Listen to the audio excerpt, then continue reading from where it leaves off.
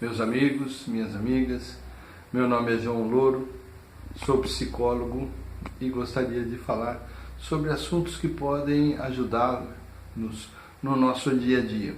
Hoje eu queria abordar sobre um assunto muito comum, o processo de cura que nós chamamos o luto, né? O luto, admitir a impotência é aceitar a perda do poder sobre eu e o mundo. Toda perda, para ser aceita, é necessário se passar por um processo que nós chamamos de luto. Existem aqueles mais agressivos, aqueles que permanecem por muito tempo. Eu quero abordar hoje um luto relacionado à dependência química.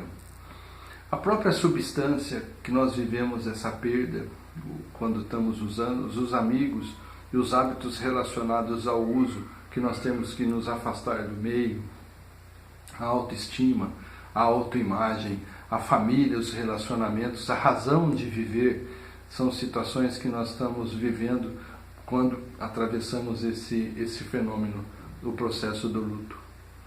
O luto é um processo saudável ou não a uma situação difícil. Qualquer perda conduz ao luto.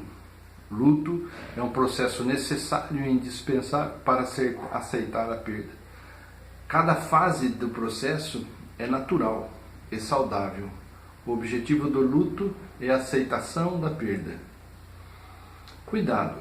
É fácil ficar preso a uma das fases desse processo, então o luto se torna doentio, destrutivo e perigoso. Não existe uma ordem na passagem das fases. As fases podem surgem junto e podem se repetir às vezes sozinho ou novamente associado uma a outra. As fases do luto: a negação, a raiva, o DDD, a dor, o desespero e a depressão, a negociação e, enfim, a aceitação. A negação, quando nós falamos dessa fase, nós entendemos que é um amortecedor psicológico. Quanto maior tenha sido o problema, maior será a negação.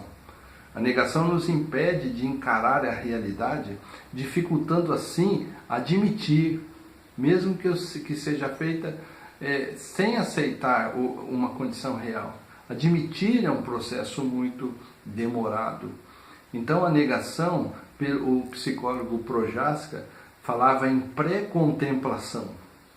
O pré-contemplação, nessa condição da dependência química, é a negação da droga, né? A negação de que é um dependente, de que existe uma doença.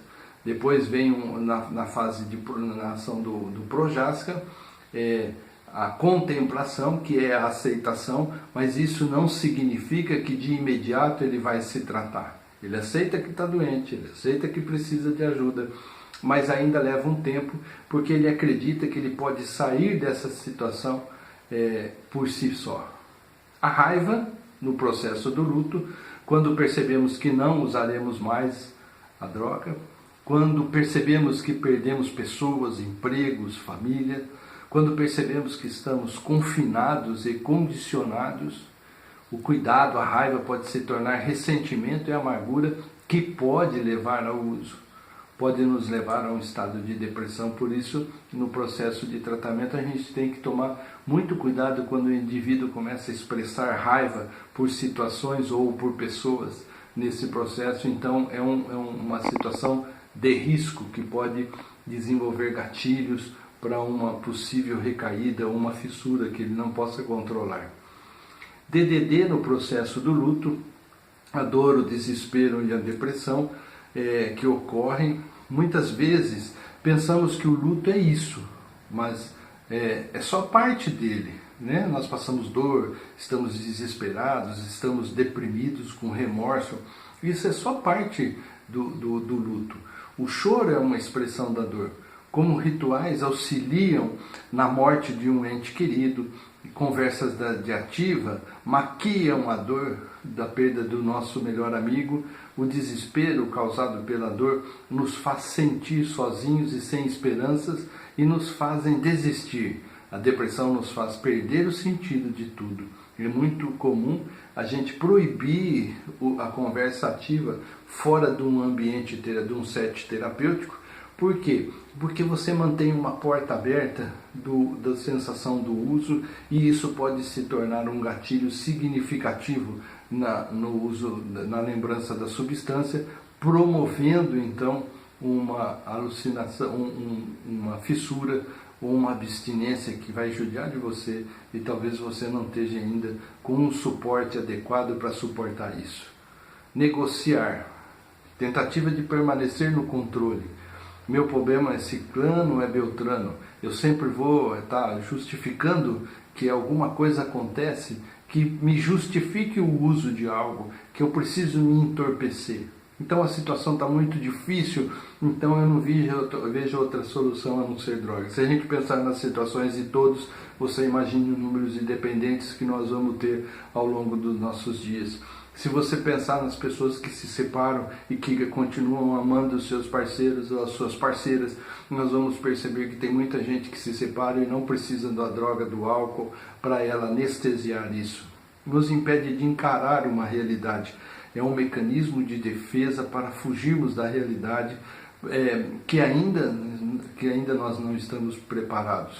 Até a gente conseguir chegar à aceitação, que é o fim do luto, o acordo com a realidade, o encontro da paz e da serenidade.